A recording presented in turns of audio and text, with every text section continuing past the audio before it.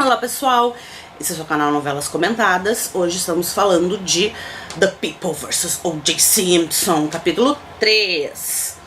O capítulo começa no Dia dos Pais com o Ross Kardashian levando as Kardashian pra comer e o Rob, que deu tudo errado com o Rob, né, tadinho, pra comer lá não sei aonde. Eles começam a ser reconhecidos e tem uma conversa sobre como a fama é uma coisa passageira, e ele diz: nós somos Kardashians, a fama não é nada sem um coração virtuoso. De novo, né, a insistência do Ryan Murphy nessa coisa Kardashian, assim.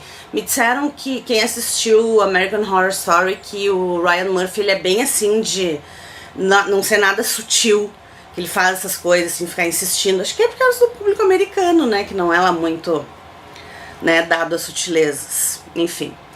A Marcia Clark, né, ainda acha que tá arrasando, que tem esse caso na mão, né, que ele é um abusador de mulheres, que, tipo, tá na mão esse caso. Veremos que isso não é o caso.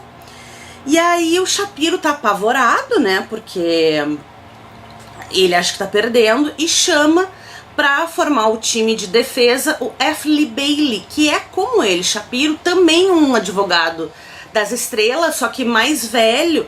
Então ele já chega citando Sam Shepard, que é um ator das antigas e tal. O próprio, acho que o Shapiro defendeu ele, F. Lee Bailey, de alguma coisa. Eles citam aquilo em algum momento. E é vivido pelo talvez melhor ator de todos eles ali, junto com a Sarah Paulson, que é o Nathan Lane, que vocês devem se lembrar de vários filmes, que é uma preciosidade, assim, né? É delicioso ver ele atuando ali, as sutilezas, Então, quando chegar o Johnny, enfim, começou a coisa a ficar um pouquinho mais encorpada agora com a chegada do Nathan Lane na jogada. Em seguida, já eles estão falando de um advogado que tá no Larry David, né, um programa, um talk show, falando mal deles, falando mal do caso, assim. E os dois, esse cara só fica xingando a gente, o advogado mais famoso do país fica nos chinelhando, falando mal do nosso caso. E o Lee fala pro Shapiro: você acha que o fulano é o advogado mais famoso do país? Os dois super vaidosos, né? Como é que eu faço pra calar ele? E o outro: contrate-o. Então, maravilhoso. Já chega o outro. Pra quem não reconheceu, é o marido da Charlotte do Sex and the City, um ator fantástico. Também fez Californication, uma série também deliciosa que eu recomendo muito pra quem não assistiu. Excelente ator, não sei o nome dele, mas maravilhoso de peruca, né, porque ele é carequinha, fazendo esse advogado de Harvard, um cara mais intelectual, assim, né, da advocacia, que traz umas coisas novas, dentre elas o DNA, né, que hoje sabemos, nós e o ratinho, a importância do DNA, que os velhos não entendem nada daquilo, né? O John Travolta mesmo fala: finge que eu não sei nada sobre isso, finge que não sabe nada sobre isso, né? E o carinha ali que o outro traz, que vai ter um papel essencial também no desenrolar do julgamento, explica pra eles o que é DNA, que eles claramente não entenderam nada, o nano tamanho, não dá pra ver no microscópio. Como dizem, o que ele pretende fazer? Nós vamos invalidar se diz? Nós vamos tirar essas evidências do julgamento, tornando-as suspeitas. Nós vamos dizer que teve contaminação, que o laboratório não pode ser confiável, que essa faca, essa luva, essa coisa, tudo não pode ser confiável por causa da contaminação do exame de DNA. Então, com isso, com a chegada desses dois caras, desses bambambãs de Harvard, pra quem não sabe, é uma super universidade, super prestigiosa dos Estados Unidos, super difícil de entrar, concorrida, enfim. Quando os caras de Harvard vão embora, o Travolta e o Nathan Lane têm uma conversa ótima, que eu gosto desse cara nerd, science guy. E o Travolta, que não entendeu nada, diz: mas ele é esotérico, a gente precisa de alguma coisa que possa ver com os olhos. E a coisa que eles podem ver com os olhos será a capa da revista Time, que os abobadinho designer tiveram a genial ideia de, pra dar um brilho, porque a revista é semanal e não ia ter o frescor de um jornal diário, fizeram inadvertidamente, supostamente, pelo que a série tá contando, o O.J. ficar mais negro, né? Alteraram a cor da foto. Então, quando a revista sai para as bancas, tá aquela foto que é a foto dele sendo, né, lá no foto da ficha lá, sei lá como é que chama aquilo, muito mais preto do que a foto original. E isso, no contexto do caldeirão racial, pega super mal. É evidente que é o primeiro e único assunto da TV, de todos os programas, dos jornais, né? Obviamente já tá o Johnny Cochran discutindo isso na TV, né? Não tem outro assunto. Imediatamente o John Travolta se alerta a isso. Tem um repórter da revista New Yorker, que é uma revista também super de prestígio dos Estados Unidos, uma revista de intelectuais, super séria, super gabaritada, assim, né? Que tá lá pra entrevistá-lo por outra razão. O John Travolta, espertíssimo, pega esse repórter e conta pra ele uma coisa que ele acabou de descobrir. Que o Mark Fuhrman, que eu disse pra vocês prestarem atenção, e inclusive o que nós acabamos de descobrir não é tudo sobre Mark Fuhrman, descobriremos mais em breve.